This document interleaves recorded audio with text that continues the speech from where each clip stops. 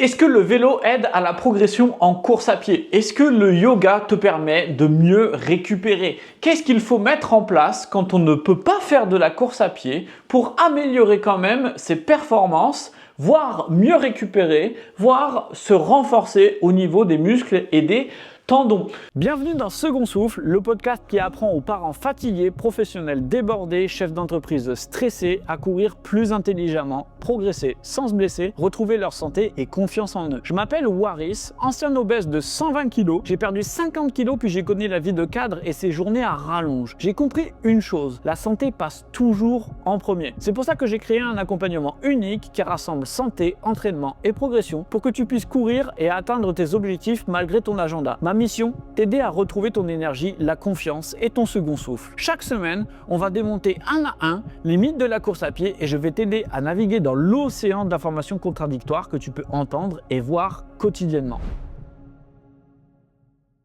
Bienvenue dans l'épisode 7 du podcast Second Souffle. La semaine dernière, on a parlé du renforcement musculaire. Maintenant, on va parler de tous les à côté de la course à pied qui peuvent vous permettre de progresser. On va répondre à absolument toutes les questions que vous vous êtes sûrement posées au fur et à mesure de votre pratique. Est-ce que le vélo c'est intéressant? Qu'est-ce que je dois faire si je ne peux pas aller m'entraîner en course à pied mais que j'ai quand même envie de faire du sport? Parce que j'ai pas envie d'impacter négativement ma préparation en faisant n'importe quoi. Est-ce que le yoga va me permettre d'être plus performant? Est-ce que ça va permettre de prévenir les blessures, etc., etc. Autant de questions qu'on va vraiment prendre le temps de répondre dans cet épisode. Encore une fois, merci beaucoup d'écouter ce podcast. Ça me fait vraiment chaud au cœur de voir absolument tous les commentaires et tous les avis positifs sur le podcast. Donc, merci beaucoup. Si vous nous rejoignez et que vous écoutez le podcast en courant ou en regardant la télé, mettez un petit 5 étoiles, ça aide énormément au niveau de l'algorithme. Ça me prend aussi moi énormément de temps parce que mine de rien, il faut lire absolument toute la littérature scientifique et l'exposer. J'ai bien compris dans les derniers épisodes que il ne fallait pas partir dans trop de technicité, mais que vous aviez envie quand même d'avoir des conseils pratiques à mettre en place. Donc, on va vraiment se concentrer sur ça en liant toujours la pratique à la science, parce que c'est bien de lire, c'est bien de voir la revue scientifique et de se faire un avis dessus, mais il faut aussi la mettre en pratique sur le terrain pour voir si ça marche et les petites spécificités, parce qu'il n'y a jamais aucune vérité générale et c'est ce que vous allez voir dans cet épisode. Il va y avoir plusieurs blocs. On va essayer vraiment de scinder ça en plusieurs compartiments pour que ça reste facilement assimilable en termes d'informations pour vous et que ça ne soit pas trop confus. Le premier bloc, on va regarder le vélo. Est-ce que ça sert à quelque chose? Est-ce qu'il faut le mettre en place? Quand? Comment? Pourquoi? Ensuite, on va aller regarder au niveau de la mobilité et des étirements. On va voir qu'est-ce qu'il faut faire comme mobilité. Est-ce que c'est vraiment utile? Les étirements, quand est-ce qu'il faut les faire? Est-ce que c'est vraiment utile? On va aussi voir le yoga, comment le pratiquer, quand le mettre en place, quels sont les bénéfices, etc., etc. La natation.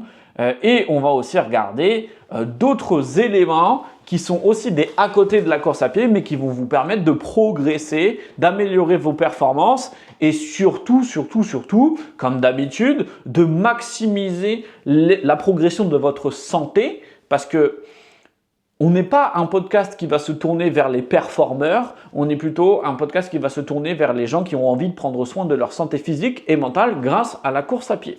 Maintenant que ça c'est dit, on va commencer tout simplement par le premier bloc qui va vraiment être sur le vélo et le cross-training. Pour toutes celles et ceux qui écoutent le podcast en courant, on va parler avec certaines littératures scientifiques. Je vais essayer de vulgariser ça au maximum, mais ne vous inquiétez pas parce que de toute manière, vous pouvez très bien allez regarder dans la description, il y aura les URL avec les études scientifiques, la littérature scientifique pour que vous puissiez aller lire. Mais normalement, il n'y en a pas besoin. Et pour tous ceux qui regardent la vidéo, vous allez me voir un petit peu regarder en bas à droite de l'écran, mais c'est normal parce qu'il y a énormément de littérature sur le sujet. Donc, il faut vraiment être assez construit. Premier bloc, le vélo. Est-ce que ça sert à quelque chose? Vous ne le voyez pas, mais il est juste ici. J'ai mon home trainer avec le vélo qui est juste derrière la caméra. Est-ce que ça sert à quelque chose ou est-ce que ça sert à rien? La réponse, elle est un peu mitigée. Pourquoi? Il faut déjà partir d'un constat qui est très simple. C'est que la course à pied est un sport à impact et le vélo est un sport porté. Donc tout ce qui va être développement de la résistance musculaire, adaptation tissulaire, physiologique, ça ne va pas très bien se transposer à la course à pied. Mais pour tout ce qui est vraiment travail pulmonaire, cardiovasculaire, etc., là oui. Donc, il y a une étude qui a été faite sur le sujet pour voir la transposition et le transfert sur la VO2 max sur des groupes de personnes qui s'entraînent sur le vélo en complément de la course à pied pour pouvoir voir s'il y avait un effet positif. Puisque vous, la plupart du temps, ce que vous voulez faire avec le cross-training, avec tous les à côté de la course à pied, c'est que vous voulez que ça soutienne la course à pied, pas que ça en devienne un point négatif. C'est-à-dire que si vous vous entraînez trop à côté et que ça impacte vos séances de course à pied, généralement, c'est pas ce qu'on veut. Parce que nous, on veut quelque chose qui puisse nous aider à progresser sur notre sport principal. Qui est la course à pied, j'ose l'espérer, parce que sinon, je ne sais pas trop ce que vous faites sur un podcast sur la course à pied. Mais voilà. En fait, il y a un transfert, heureusement, il y a un transfert sur la VO2 max entre l'entraînement en vélo, en course à pied et même en natation. Mais la course à pied, ça génère plus de transferts que la natation vers d'autres sports. Et il est important de noter que le cross-training ne dépasse jamais les effets de l'entraînement spécifique au sport à privilégier. Mais ça permet de maintenir une capacité aérobie sans impact. Cette étude-là, c'est Tanaka, c'est Effect of Cross-Training, mais elle est très très vieille. Elle date de 1994, donc c'est une étude de dinosaures. Mais il y a quand même une vérité qui n'a pas bougé depuis, c'est que le cross-training va vous servir à maintenir vos capacités aérobie sans impact, mais rien ne sera jamais mieux que le sport en lui-même pour avoir la meilleure performance et la meilleure progression. Ce que ça veut dire, c'est que oui, le vélo va pouvoir vous aider, mais non, ça ne peut pas remplacer totalement des séances de course à pied. Donc là, ça va être utile de se poser la question, ok, dans ce cas-là, quand est-ce que j'utilise le vélo et pourquoi j'utilise le vélo et comment je l'utilise? Et là, il y a une autre étude qui est elle aussi un peu vieille. Elle est de 1996, c'est de Ruby et confrères. Et là, celle-ci, je l'aime bien parce que elle se penche sur l'effet du cross-training au niveau du vélo chez les femmes. Qui sont aussi des coureuses. Donc là, pendant 5 semaines de récupération, ils ont remplacé 50% du volume de course à pied par du vélo. Et le résultat, c'est qu'il y a eu un maintien de la capacité aérobie sur toute cette période de récupération. C'est-à-dire que ces coureuses-là avaient la même capacité aérobie, même avec 50% de moins de volume en course à pied pendant 5 semaines. Et pour être extrêmement précis, sur cette étude, il y a seulement 1,4% plus lent sur le temps aux 3 km. C'est-à-dire que oui, il va peut-être y avoir une dégradation très peu significative sur vos temps rapides, parce que normal, vous allez manquer de spécificité pour le sport pratiqué. Mais par contre, quand il s'agit de capacité aérobie, donc d'endurance, ça va maintenir pratiquement tout à 100%. Donc, c'est hyper intéressant d'avoir une analyse comme ça, parce que ça nous permet de savoir quand est-ce qu'on doit l'utiliser, le vélo. On doit utiliser le vélo majoritairement pendant les phases de récupération, pendant les phases d'assimilation et pendant ce qu'on appelle off-season. Pour toutes celles et ceux qui ne savent pas ce que c'est un off-season, c'est un peu quand on est dans une période où on ne prépare pas de course, où on n'a pas de course objectif de prévu. Et ça, vous êtes beaucoup à être dans ce cas-là. Il y a énormément de personnes sur Instagram qui me disent « Bah tiens, c'est bizarre, enfin, j'ai pas de course de prévu, du coup je me demande un peu comment je pourrais m'entraîner, j'ai pas de course à préparer, mais je veux quand même un peu me maintenir. Mais en même temps, je perds un peu la motivation. Bah, c'est tout à fait normal que vous perdiez la motivation parce que vous n'avez pas d'objectif prévu. Donc en fait, c'est très difficile d'être extrêmement discipliné et assidu à l'entraînement, surtout quand on a des séances d'intervalle à faire à 6 h du mat ou le soir après le boulot. C'est normal. Donc, comment vous pouvez faire?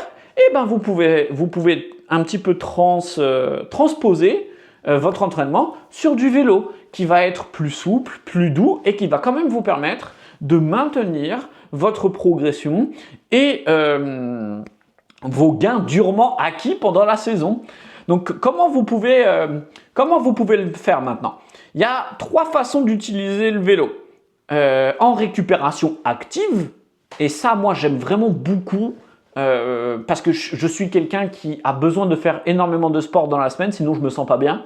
Je vous invite pas à me parler le matin si c'est mon jour de repos, parce que même en jour de repos, j'ai un peu de mal à rester sur place.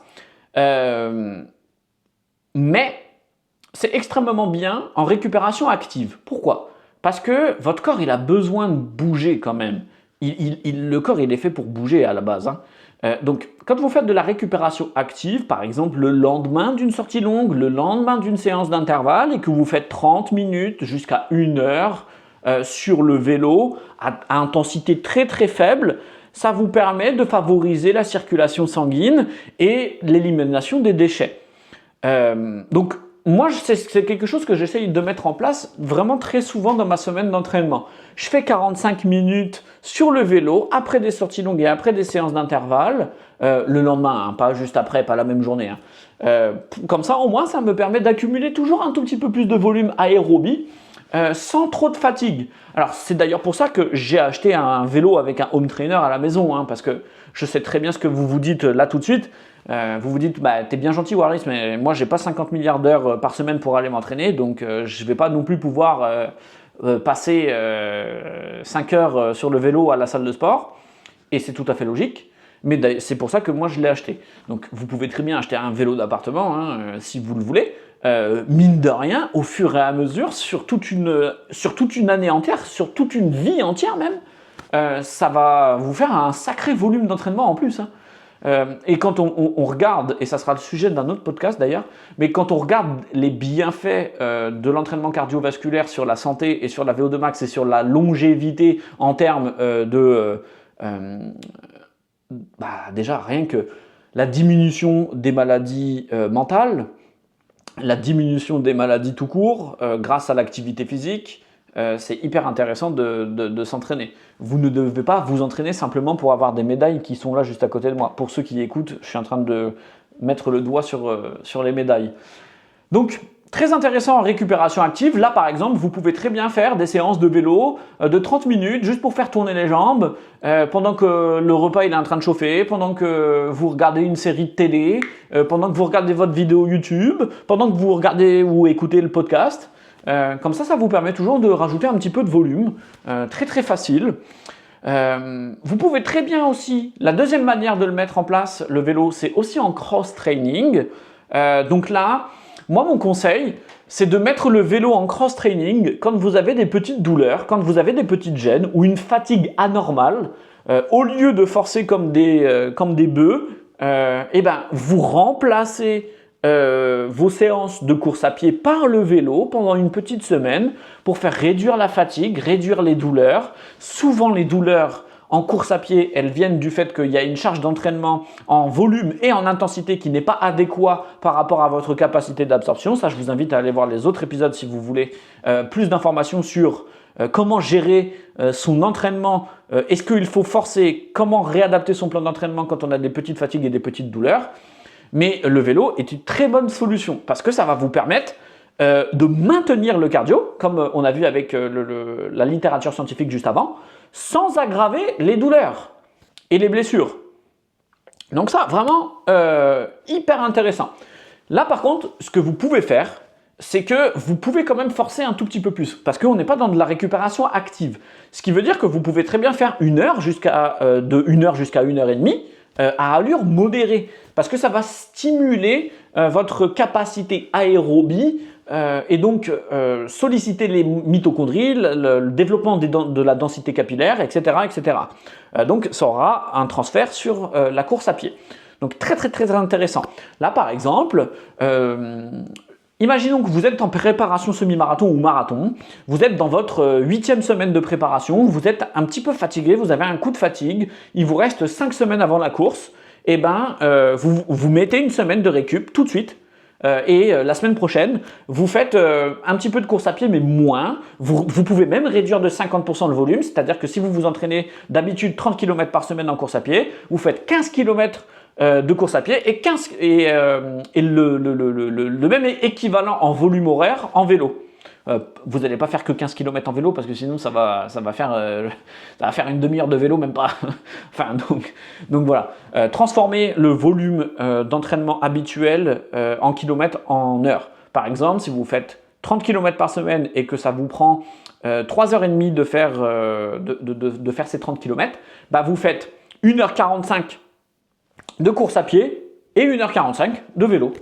Comme ça, au moins, vous savez exactement comment répartir votre volume d'entraînement. Ça, c'est la petite astuce, le petit bonus. Donc, 5 étoiles pour ce petit bonus.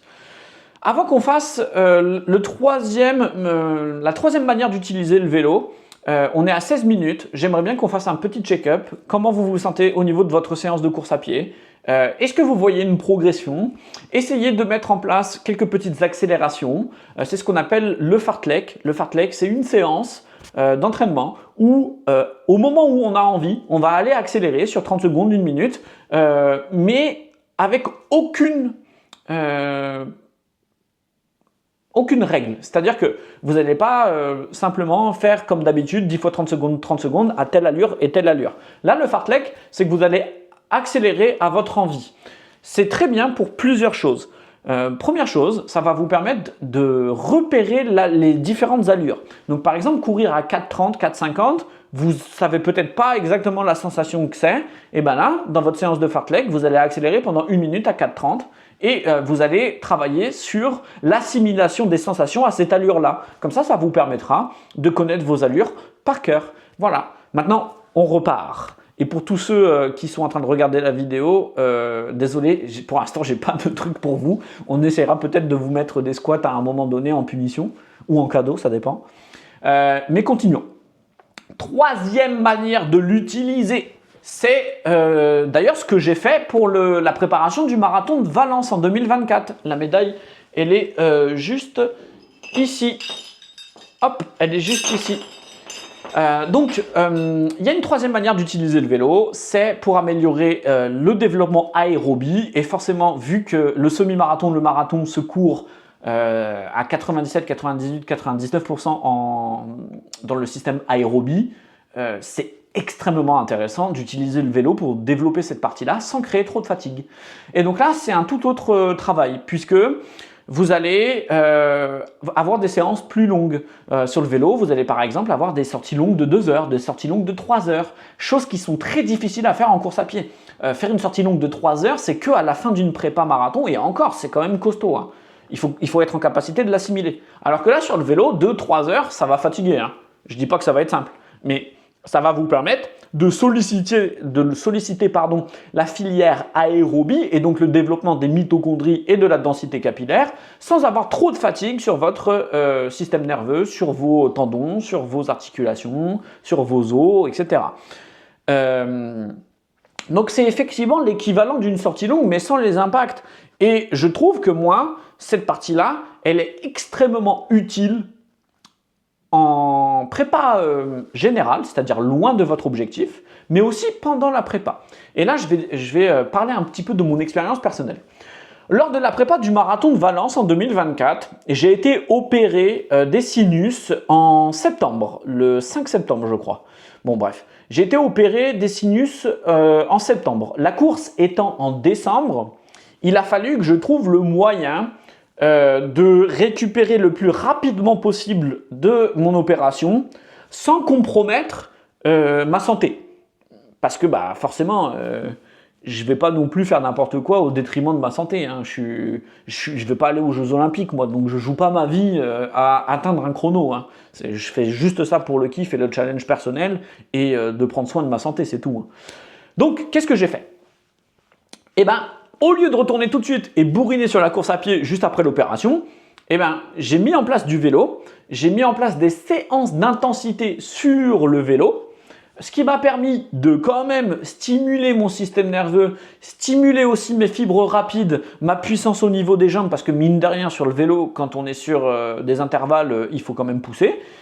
Et au fur et à mesure, j'ai réduit l'intensité sur le vélo et j'ai réaugmenté l'intensité sur la course à pied.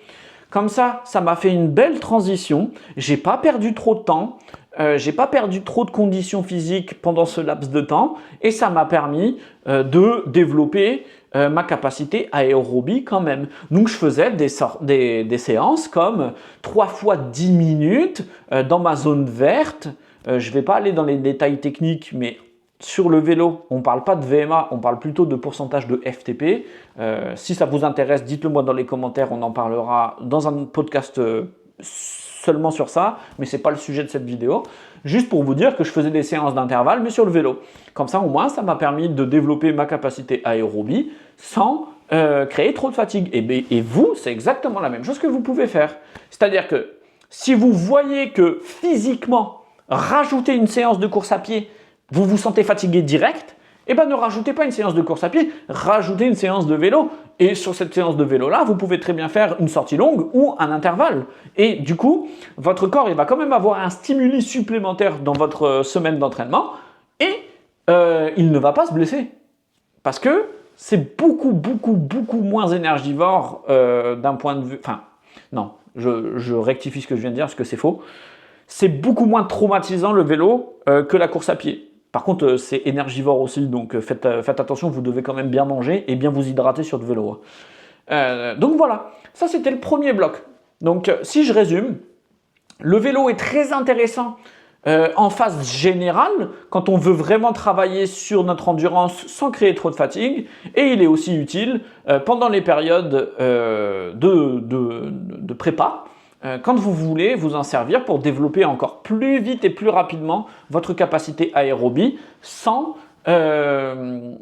renier sur la récupération et sans aller trop loin au niveau de votre fatigue. Par contre, l'erreur à ne pas faire ici, c'est de croire que le vélo est un remplacement total de l'entraînement en course à pied. Si vous vous arrêtez complètement de vous entraîner en course à pied et que vous ne faites que du vélo, il va y avoir en fait, vous allez vous désadapter au niveau des tissus. Et donc, quand vous allez revenir à la course à pied, certes, vous allez avoir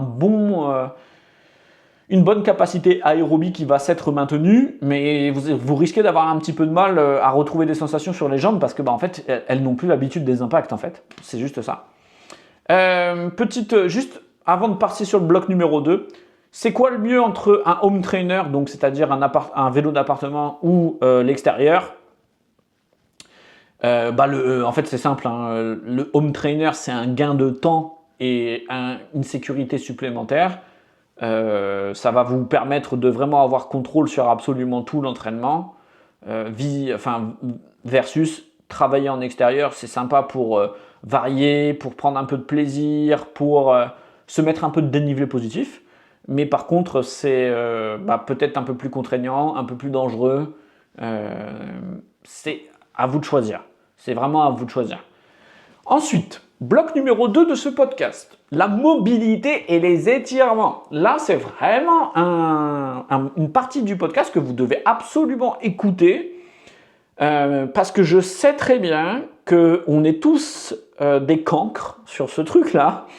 Moi, le premier, alors que très concrètement, si vous faisiez bien votre mobilité, vous aurez une vie beaucoup plus plaisante. Et là, je ne parle pas simplement de progresser en course à pied, je parle vraiment d'une vie beaucoup plus plaisante. Et là, attention, je ne vous critique absolument pas du tout puisque je ne suis pas non plus le meilleur élève là-dessus. Mais je m'améliore et c'est le principal. Il faut toujours essayer de s'améliorer. 1% de mieux chaque jour, à la fin de l'année, ça fait énormément de progrès. Là, on va parler mobilité vs stretching. C'est absolument pas du tout la même chose. La mobilité, ça va vraiment être un travail pour gagner de l'amplitude de mouvement sur votre corps. C'est-à-dire que, par exemple, pour votre cheville, vous pouvez très bien avoir une dorsiflexion de votre cheville qui est à 36 degrés. Qu'est-ce que ça veut dire? Ça veut dire que votre cheville, elle peut aller jusqu'à 36 degrés. Là, je suis en train de le faire sur la vidéo, mais si vous êtes en train d'écouter en courant, en fait, ça veut simplement dire que quand vous pliez vers le haut votre cheville, elle peut aller à 36 degrés. Eh bien, si vous améliorez votre mobilité de cheville et que vous gagnez des degrés d'amplitude de mouvement à ce niveau-là, et que vous passez de 36 à 42, qu'est-ce que ça va faire?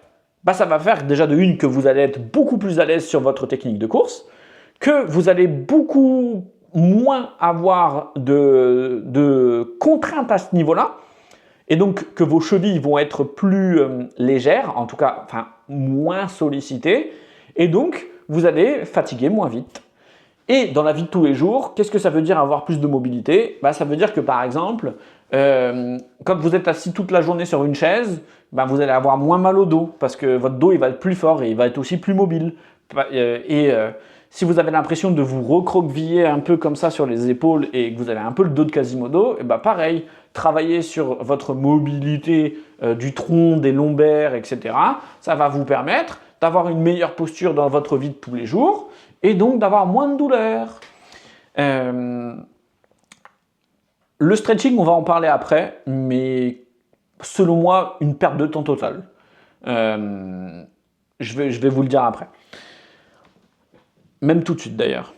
En gros, il y a une méta-analyse qui a été effectuée en 2014 par Lorsen et confrères.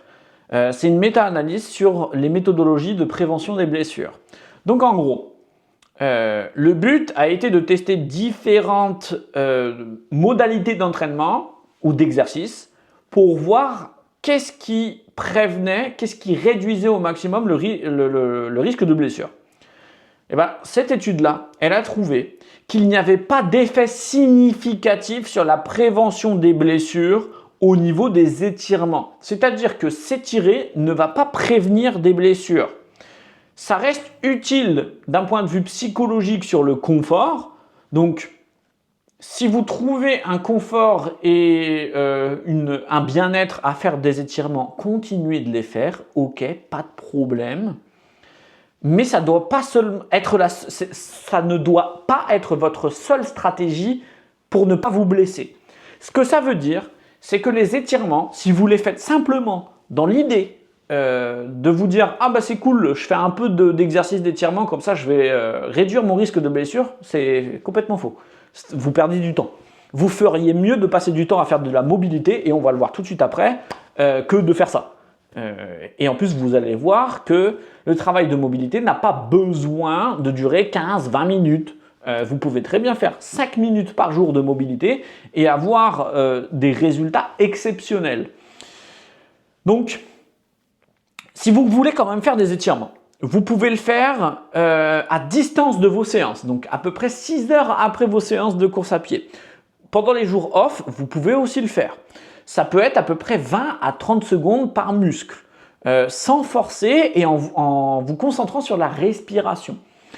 Là, pour vous, coureuses, coureurs, les endroits clés, ça va être les ischios, les quadriceps, les fessiers, les chevilles mollets et psoas. Donc, la plupart du temps, les quadriceps, c'est quand même plutôt bien fait. Les ischios et le psoas, c'est fait n'importe comment. Donc, je ferai une vidéo YouTube sur le sujet des étirements et de la manière de bien les faire. Mais sachez que ça ne doit pas non plus vous faire mal, mais ça doit quand même aller chercher un étirement conséquent. Sinon, en fait, c'est comme si vous... Enfin, c'est comme les échauffements qu'on faisait quand on était au collège, en fait. Hein. On ne les fait pas sérieusement, donc ils ne servent pas à grand-chose, quoi.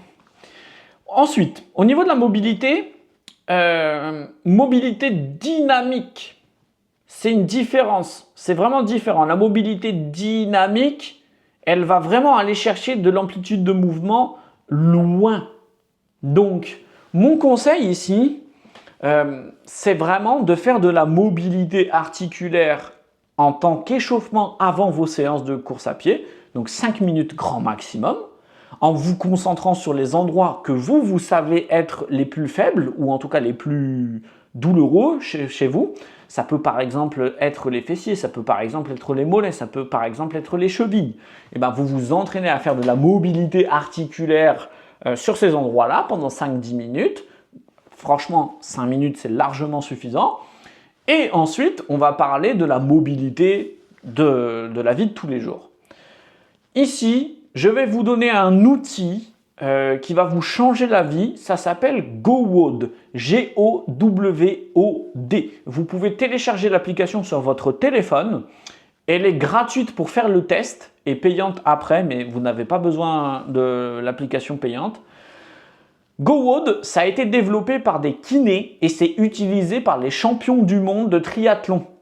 Christian Blumenfeld, c'est aussi utilisé par Sam Laidlow, c'est utilisé par des athlètes professionnels. Pourquoi je vous dis ça? Je vous dis ça parce que je sais très bien que si vous ne comprenez pas que c'est utilisé par les pros et donc que vous n'êtes pas sûr que c'est vraiment utile et que ça marche vraiment, vous n'allez pas le faire. Donc là, c'est vraiment utile. Christian Blumenfeld, j'ai eu un entretien avec le créateur de GoWOD. Il a le journal de mobilité de Christian Blumenfeld.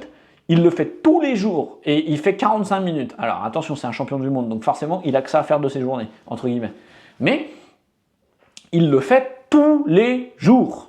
Et quand j'ai discuté avec le créateur de GoWOD, il m'a dit qu'il voyait dans leurs données, et ils ont c'est des millions d'utilisateurs maintenant dans le monde entier, il voyait que les améliorations significatives dans la mobilité venaient des personnes qui étaient les plus constantes, pas celles qui faisaient les séances les plus longues. Ce qui veut dire que même si vous faites une routine de 5 minutes, ça va être beaucoup plus bénéfique que si vous faisiez une fois une demi-heure par semaine. Donc vous faites 5 minutes de mobilité tous les jours, le matin ou le soir, j'en ai rien à faire, mais vous le faites. Et vous allez voir que votre vie, elle va changer du tout au tout. Les douleurs que vous avez, elles vont disparaître au fur et à mesure. Mais par contre, ça nécessite d'être constant. Et donc, c'est pour ça que je vous parle de GoWOD. Parce que GoWOD, quand vous la téléchargez, vous allez pouvoir faire un test de mobilité qui va vous donner un score de 0 à 100 sur chacune des parties de votre corps. Et donc, vous allez pouvoir, et là, je vais chercher le mien, vous allez pouvoir avoir un score qui va vous donner vos faiblesses en termes de mobilité. Et moi, par exemple, au niveau de mon tableau de bord, on peut voir que j'ai un score de mobilité de 74, que j'ai un score de mobilité de 84% au niveau de mes épaules et de mon overhead, donc au-dessus de ma tête. J'ai 71 au niveau des hanches. J'ai 100% au niveau de la chaîne postérieure et par contre, j'ai que 50% au niveau des chevilles. Qu'est-ce que ça veut dire? Ça veut dire que maintenant, je sais ce que je dois privilégier comme travail. Et donc, et ça, j'arrête pas de vous le dire depuis les 7 épisodes de ce podcast, vous devez apprendre à faire des exercices qui sont les bons pour vous. Parce que si vous faites des exercices où vous comprenez même pas l'intérêt pour vous et que vous ne savez même pas ce que vous travaillez, vous n'allez pas adhérer au plan et vous n'allez pas le tenir sur le long terme. Un plan que vous comprenez et qui est fait pour vous, c'est un plan que vous allez réussir à tenir sur le long terme. Ne faites pas la même erreur que moi quand j'ai commencé. Ne faites pas la même erreur qu'absolument tout le monde qui vient chez nous se faire accompagner par Second Souffle parce que en fait, vous n'allez pas tenir. Encore tout à l'heure, j'étais avec Ricardo, qui est l'un des chargés d'admission chez Second Souffle. On vient d'intégrer quelqu'un qui a besoin de comprendre et qui a investi dans sa santé avec l'accompagnement Second Souffle, juste pour comprendre et être sûre et certaine que les entraînements qu'elle fait sont les bons pour elle. Parce que, elle le disait à Ricardo, en fait, je suis pas assidu, j'arrive pas à prendre du plaisir, je suis pas assidu parce que je comprends pas ce que je fais et je sais pas si la séance de 45 minutes que je fais, elle est utile ou inutile. Donc, faites ce test sur GoWods, c'est gratuit. Et ensuite, vous pouvez mettre en place les exercices de mobilité qui vont avec. Voilà, faites-le. C'est vraiment le seul truc que je peux vous dire. Faites-le. Faites 5 minutes tous les jours, tout le temps. Et si vous loupez une journée, c'est pas grave. Mais essayez d'être le plus assidu possible et vous allez voir que dans 2 semaines, 3 semaines, ça va changer mais drastiquement. Et les sensations, c'est indescriptible. Parce que même moi qui ne suis pas le plus sérieux du monde, je le vois direct. J'ai beaucoup plus de dynamisme au sol, j'ai beaucoup moins de fatigue musculaire, j'ai l'impression d'être beaucoup plus puissant et beaucoup plus en maîtrise. Donc, hyper bien. Bloc numéro 3, le yoga pour les coureurs. Extrêmement utile, selon moi. Il y a beaucoup de femmes qui en pratiquent et il n'y a pas beaucoup d'hommes qui en pratiquent. Allez savoir pourquoi, moi je pense savoir pourquoi. Mais le yoga est extrêmement utile pour travailler sur tout ce qui est flexibilité, équilibre surtout. Et c'est surtout l'aspect équilibre qui m'intéresse ici. Parce que jusqu'à maintenant, on a vu le vélo pour maintenir la capacité aérobie. On a vu la mobilité pour gagner en amplitude de mouvement, mais on n'a pas vu un autre aspect de la course à pied qui est extrêmement important, c'est l'équilibre. Parce que si vous y réfléchissez un peu, la course à pied, c'est un sport où en fait, on est tout le temps sur une jambe. On n'est jamais les 2 jambes au sol presque, jamais. Parce que le running gait, c'est-à-dire votre foulée, elle est cyclique et donc vous allez toujours avoir un pied en l'air. Donc vous êtes tout le temps en équilibre, vous êtes sans cesse en équilibre. Et d'ailleurs, vous pouvez très bien le voir en vous filmant sur un tapis de course de derrière et de côté, et vous allez voir que votre cheville, si vous n'avez pas d'équilibre, à chaque fois que vous allez attaquer le sol avec votre pied, vous allez avoir l'impression que tout votre corps, il s'affaisse complètement. Et ça, c'est parce que vous manquez de force et d'équilibre. Et donc, le yoga, très très bien pour ça. Il y a une étude qui a été faite par Paul Sgrove et confrères en 2016. En gros, ça a été utilisé pour mesurer l'impact sur des athlètes quand ils ont fait un programme de yoga sur 10 semaines, donc sur 2 mois et demi. Là, ça a plutôt été fait sur des athlètes au foot et baseball, mais c'est hyper intéressant parce que les résultats ont vraiment été significatifs. C'est-à-dire que le groupe qui a fait le programme de yoga pendant 10 semaines a eu une amélioration significative dans tous les tests de flexibilité et d'équilibre comparé à l'autre groupe. Et ça seulement avec 2 séances par semaine. Donc, hyper intéressant. Et on le sait, les athlètes, ils sont testés d'absolument partout. Donc, même si eux arrivent à avoir une amélioration significative, imaginez l'impact significatif que ça peut avoir sur des personnes comme nous, qui ne sommes pas optimisés. Donc, le yoga, très intéressant.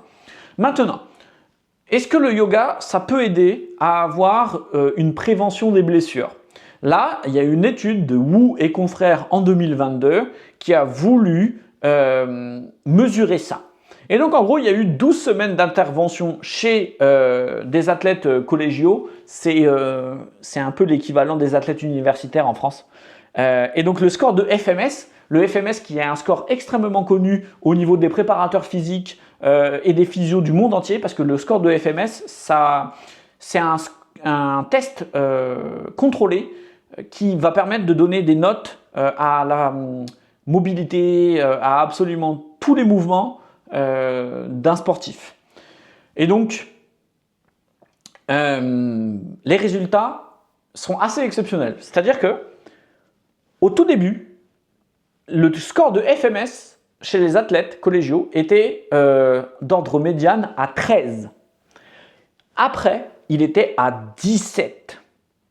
Alors attention, pour vous donner un ordre d'idée, un score en dessous de 14 au niveau du FMS, c'est considéré comme un risque de blessure très élevé.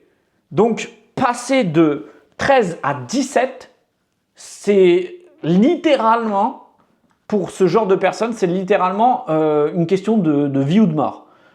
Quand on sait que la plupart des athlètes D1 aux États-Unis ont une bourse d'études juste parce qu'ils sont très forts en sport, s'ils se blessent, ils n'ont plus de bourse. Donc, ils n'ont plus d'études, ils n'ont plus rien. Donc, eux, c'est hyper important. Donc, le yoga aide réellement à prévenir des blessures. Réellement. Et ça, au niveau du tronc, de la stabilité du tronc, de la mobilité des épaules, ce qui est un peu moins utile pour nous, les coureurs, je vous l'accorde, mais aussi une amélioration au niveau des squats profonds et de la stabilité rotatoire. Donc la stabilité rotatoire, forcément, en baseball et au football, hyper intéressant. Mais pour nous aussi, parce que on a besoin d'avoir une bonne rotation et un bon équilibre. Donc vraiment hyper intéressant. Et il y a une étude encore plus récente de Kramer en 2024 qui a regardé le yoga comme outil de réhabilitation chez les personnes, chez les coureurs qui étaient déjà blessés. Et le résultat de cette étude-là a montré que le yoga était encore plus utile pour les coureurs qui avaient eu des blessures au niveau des hanches. Ce qui est absolument pas étonnant du tout, puisque on se concentre vraiment sur la stabilité du tronc, sur le transverse, sur toute cette partie-là au niveau du yoga. Donc, quel type de yoga est le plus intéressant ? Le Vinyasa et le Ashtanga, c'est le plus dynamique. Le cardio, il est assez léger, donc c'est très intéressant. Le Yin Yoga, là, c'est plutôt pour les étirements profonds. C'est plutôt pour la récupération. Ensuite, il y a le Hatha, c'est plutôt pour l'équilibre force-souplesse. Et le Power Yoga, je le recommande pas trop. Vous pouvez plutôt faire du renforcement musculaire, puisque le Power Yoga, c'est pour le renforcement musculaire. Donc, vous pouvez très bien aller sur Internet, sur YouTube, taper routine de yoga Hatha et faire ça 1 à 2 fois par semaine et ça va grandement vous aider. Maintenant, est-ce que c'est utile d'avoir un plan d'entraînement sur mesure au yoga ? Je ne suis pas sûr. Il y a quand même tout ce qu'il faut sur Internet. Donc, vous pouvez très bien aller sur YouTube, taper ça et trouver votre bonheur et faire ça 1 fois par semaine ou même 2 fois par semaine. Mais 1 fois, c'est largement suffisant. Donc, voilà, ça c'était le bloc numéro 3. Ah oui, pardon. Quand est-ce qu'il faut l'intégrer ? Jamais sur des jours où vous avez des séances d'intervalle et des sorties longues. Parce qu'en fait, il faut laisser votre corps récupérer aussi. Sinon, vous allez jamais récupérer de vos séances. Donc, faites-le sur vos jours off, le yoga. Ça peut être une très bonne manière de faire de la récupération active. 1 demi-heure, ça suffit largement. Et les postures clés pour nous, les coureurs, c'est le pigeon, c'est le chien tête en bas, c'est le guerrier position 1 et position 2, et c'est la position de l'arbre. Donc, ne me demandez pas de le faire en live, s'il vous plaît. J'ai pas envie. Pour tous ceux qui écoutent le podcast en courant, tant mieux, vous pouvez pas voir. Mais là, j'ai pas envie non plus de le faire là. Mais c'est vraiment très utile. Ça, c'est quelque chose que moi, je fais pas beaucoup. Pourquoi ? Peut-être parce que je suis un mec et que je suis peut-être un peu débile, parce que j'ai l'impression que je vais avoir l'air ridicule en faisant du yoga, mais alors que c'est absolument pas vrai du tout. Mais d'ailleurs, je vais m'y mettre. On n'a qu'à s'y mettre tous ensemble et s'encourager. Comme ça, on verra les résultats. Par contre, d'un point de vue de littérature scientifique, il y a vraiment un consensus. Et sur le terrain aussi, je le vois parce que même les coachés qui sont sur en olio, qu'on accompagne les femmes qui font du yoga, je le vois, en fait, elles le disent tout de suite. Elles le disent tout de suite au bout de 2-3 semaines, je vois directement la différence. Donc, faites-le. Après, la natation. Je vais y passer très rapidement. Parce que la natation, oui, moi je trouve que c'est hyper bénéfique. Mais c'est très compliqué à mettre en place, je trouve. Alors, c'est peut-être mon avis personnel qui est biaisé, mais je trouve que c'est chiant. Parce qu'il faut aller à la piscine, il faut avoir toutes ses affaires avec soi, il faut revenir, machin, truc muche, bidule. C'est un peu compliqué. Donc oui, ça va vous aider. En plus de ça, ça peut vraiment faire un travail de haut du corps complémentaire. C'est excellent pour la récupération. Donc si vous voulez le faire comme le vélo en off-season et donc en récupération, faites-le. Mais c'est vraiment tout. Parce que là, en plus de ça, la natation, c'est tellement technique pour avoir vraiment la bonne sensation. Moi, je suis désolé, hein, mais ça a beau être mon métier d'être coach, d'accompagner des coureurs. Justement, moi, c'est sur la terre ferme. C'est pas dans l'eau. Donc, j'ai l'impression d'être un chien qui va se noyer en courant, en nageant. Donc, c'est pas trop mon truc.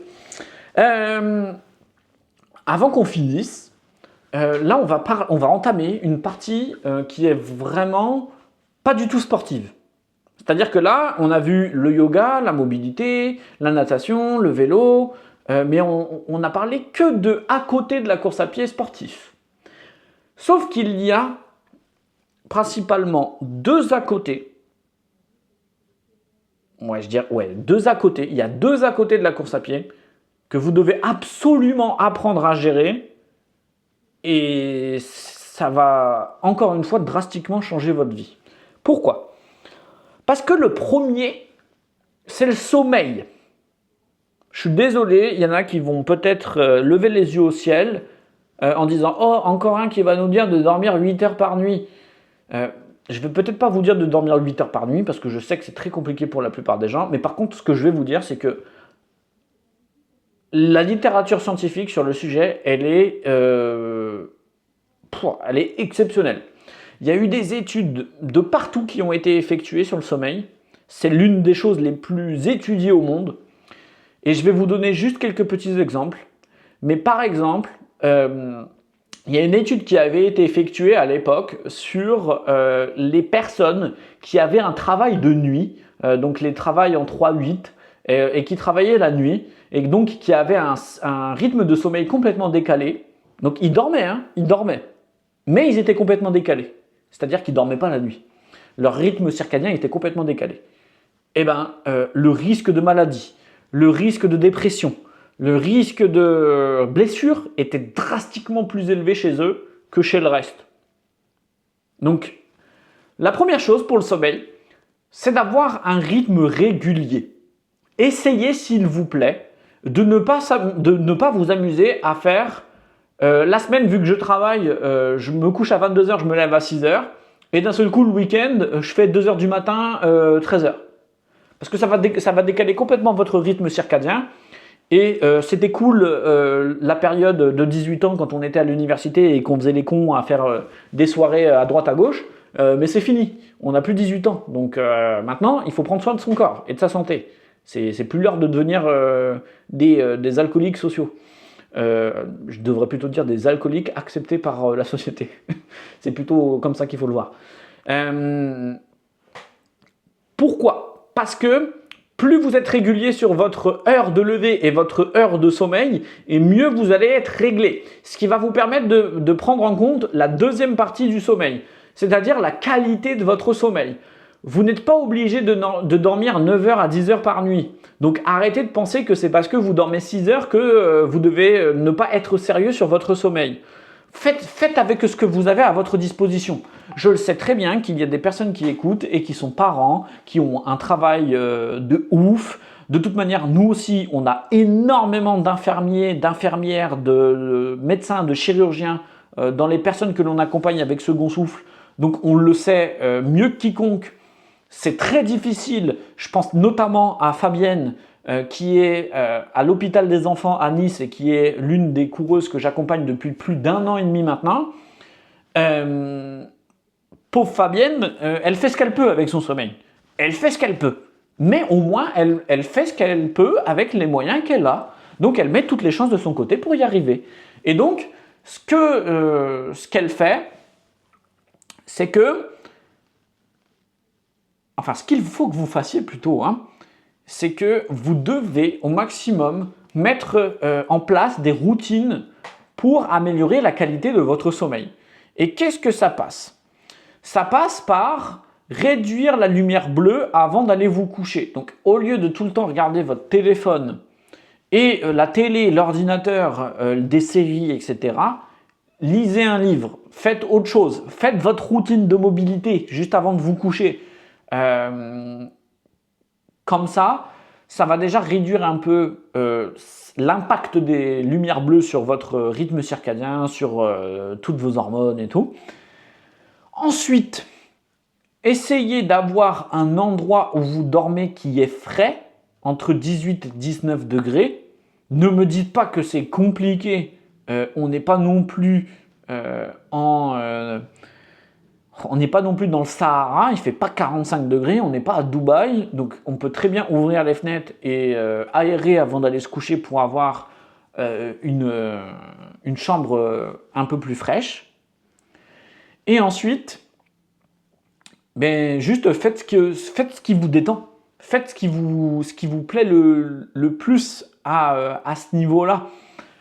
C'est vraiment très important. Et là, j'aimerais bien parler d'une étude de Halson en 2014 qui a regardé la privation du sommeil sur des athlètes d'endurance. En gros, ce qu'ils ont essayé de faire, c'est que ils ont privé les athlètes de cette étude de 24 heures de sommeil. Et ensuite, ils ont mesuré la performance. Et il y a eu une diminution significative.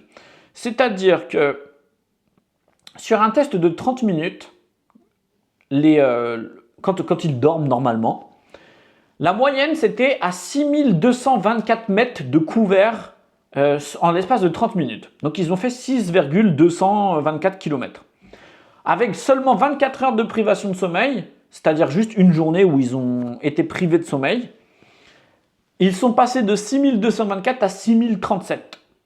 Donc, ils ont perdu 200 mètres, comme ça, juste avec une privation de sommeil d'une seule journée. Donc, je ne vous explique même pas les effets sur des semaines, des mois et des années de privation de sommeil. Et ça a vraiment montré que le sommeil profond, donc avec les ondes lentes, est le plus important pour la récupération et pour aussi la performance. Donc, c'est quelque chose qui est très important, ne serait-ce que pour la performance. C'est-à-dire que si vous dormez mal, c'est normal que vous ayez des sensations qui ne sont pas très très bonnes. Mais pour la prévention des blessures, c'est un peu le même principe. Vu que vous récupérez moins bien, vous avez plus de risques de vous blesser. Donc le premier truc que vous pouvez faire pour améliorer les à côté de la course à pied, c'est améliorer votre sommeil. Avoir des heures fixes, éviter les lumières bleues, éviter la caféine après 16 heures, après 14 heures, et à mettre une routine qui puisse vous mettre dans une position et un état d'esprit de calme et aller dormir. Le magnésium peut aider aussi pour le sommeil, en complément alimentaire. Mais normalement, si vous mangez bien, vous en avez assez. Ensuite, alors, la nutrition. Le dernier bloc de ce podcast. La nutrition spécifique pour la récupération. Là, je ne vais pas vous parler de la nutrition comme vous pouvez le voir absolument partout sur tous les réseaux sociaux. Là, c'est vraiment spécifique à la récupération pour les coureurs. Alors, ça va aller très vite. Nutrition post-entraînement. La fenêtre métabolique n'existe pas. C'est-à-dire qu'il y a une assimilation des protéines qui peut aller jusqu'à 24 heures après une séance de sport. Donc vous avez largement le temps. Vous n'êtes pas obligé de courir sur votre shaker de protéines pour récupérer plus rapidement. Par contre, au niveau du remplissage de vos réserves de glycogène, c'est-à-dire votre essence à vous pour courir, là ouais c'est très utile. Donc, entre 30 à 45 minutes après votre séance, vous devez essayer au maximum de manger à peu près 1 gramme de glucides par kilo de poids de corps après l'entraînement. C'est-à-dire que pour une personne comme moi, après un entraînement, surtout les sorties longues et les intervalles, je vais aller chercher à manger à peu près 75 grammes de glucides. Et oui, du coup, ça veut dire que je fais 75 kilos. Et à peu près entre 0,3 et 0,4 grammes de protéines par kilo de poids de corps. Donc, chez moi, ça va faire à peu près 30 grammes de glucides. Donc, ça tombe pile poil sur une scoop de whey d'un shaker de prot. Donc, bon. Pourquoi je vous parle quand même des protéines alors que je viens de vous dire que la fenêtre métabolique pour les protéines n'existe pas? C'est parce que manger des glucides avec des protéines, ça permet d'avoir une meilleure assimilation. Vous devez aussi vous réhydrater, bien entendu. Donc, de l'eau, mais aussi du sodium, magnésium, potassium. Donc, sodium, c'est le sel. Magnésium, potassium, vous en trouvez dans énormément d'aliments. Potassium, vous en avez dans les bananes, par exemple. Donc la banane est un très bon aliment post-séance. Ensuite, mes très chers amis, vous devez avoir une alimentation anti-inflammatoire parce que la course à pied, c'est un sport qui inflamme absolument tout votre corps, vos tendons, absolument tout. Donc avoir une alimentation anti-inflammatoire, c'est-à-dire avec beaucoup d'oméga 3, beaucoup d'antioxydants, donc des poissons gras, des noix, des fruits rouges, des légumes colorés, du curcuma, du gingembre, etc. Ça va vous permettre de vraiment mieux récupérer et mieux vous sentir. Donc une alimentation diverse et variée, ça peut vraiment vous aider. Et encore plus pour vous, mesdames, parce que avec vos périodes, et c'est très important. J'allais évoquer le sujet de l'endométriose, mais je n'ai pas envie de partir sur un autre sujet. Mais sachez que c'est extrêmement utile. L'erreur classique, c'est de sous-estimer vos besoins énergétiques. C'est incroyable le nombre de coachés que l'on a chez Second Souffle qui pensent qu'ils ne s'entraînent pas assez et donc qu'ils ne progressent pas assez parce qu'ils ne s'entraînent pas assez, alors qu'ils ne progressent pas assez parce qu'ils ne mangent pas assez. La plupart du temps, c'est parce que vous ne mangez pas assez que vous ne progressez pas. Vous avez tellement peur de manger parce qu'on vous a appris et on vous a lobotomisé le cerveau en vous faisant croire que manger des glucides, ça va vous faire grossir, alors que ce n'est pas le cas. Si vous ne mangez pas assez, votre corps il ne fonctionne pas bien. Donc faites-le, mangez assez. Et par exemple, chez nous, chez Second Souffle, chaque athlète a un diététicien et ou une diététicienne attitrée à elle. C'est-à-dire que chacun et chacune des personnes que l'on accompagne a son diététicien qui lui dit exactement quoi manger selon son profil. Donc si vous voulez optimiser cette partie-là de nutrition, que vous ne savez pas du tout vous gérer au niveau de la nutrition, que vous avez envie d'apprendre à bien manger, à peut-être perdre du poids avec la course à pied, et que vous voulez qu'on vous accompagne sur l'un de vos projets de course en ayant en plus de ça cet aspect nutritionnel, envoyez-moi un message sur Instagram, on se fera un énorme plaisir de vous accompagner. C'est quelque chose qui me tient énormément à cœur parce que comme vous le savez, je suis un ancien obèse de 120 kg, j'ai perdu 50 kg grâce à la course à pied et à la nutrition. Donc si on peut aider et accompagner quelqu'un qui est dans la même situation ou qui a envie de s'améliorer et de prendre soin de sa santé sur la nutrition et la course à pied, eh ben, ça sera avec grand plaisir qu'on vous accompagnera. Sinon, écoutez les conseils que je viens de vous donner parce que c'est vraiment hyper important sur ce point-là parce que vous allez vraiment voir la différence. Avant de conclure, on va parler vite fait des outils que vous pouvez avoir à votre disposition. Les automassages. Faites attention avec les pistolets massants parce que ça peut être très contre-productif. C'est-à-dire que si vous le faites trop fort, vous pouvez vous faire mal. Vous pouvez détruire un petit peu des tissus et vous faire plus mal que de bien. Donc, je vous conseille plutôt d'avoir les foam rollers. Je suis en train de regarder si je l'ai là. Et oui, je l'ai là. C'est des trucs comme ça. C'est les rouleaux maçons avec les petits picots. Parce que là, au moins, vous pouvez gérer. Et si vous faites ça 10-15 minutes post-course ou avant votre course et tout pour vous échauffer ou réduire un peu les douleurs, etc., ça peut grandement vous aider. Et l'autre chose, le petit bonus pour ceux qui sont restés jusqu'ici, c'est la cohérence cardiaque. Vous faites 3 fois de la cohérence cardiaque par jour, ça dure 4 minutes. Une fois le matin, une fois le midi, une fois le soir. Ça va détendre absolument tous vos tissus et votre système nerveux et ça va grandement vous aider aussi. Merci beaucoup d'avoir écouté ce podcast. Dites-moi dans les commentaires si ça vous a plu. N'oubliez pas de mettre 5 étoiles car ça aide énormément l'algorithme et ça prend énormément de temps aussi de notre côté à créer ce genre de contenu. Sur ce, prenez soin de vous. On se retrouve la semaine prochaine et cette fois-ci, on va parler plutôt de l'aspect gestion de sa course, c'est-à-dire la stratégie pour le jour J, donc comment gérer l'allure, etc. Mais je ne vous en dis pas plus, on se retrouve la semaine prochaine. Jusqu'alors, prenez soin de vous, faites attention sur vos séances et apprenez à vous écouter. Ciao!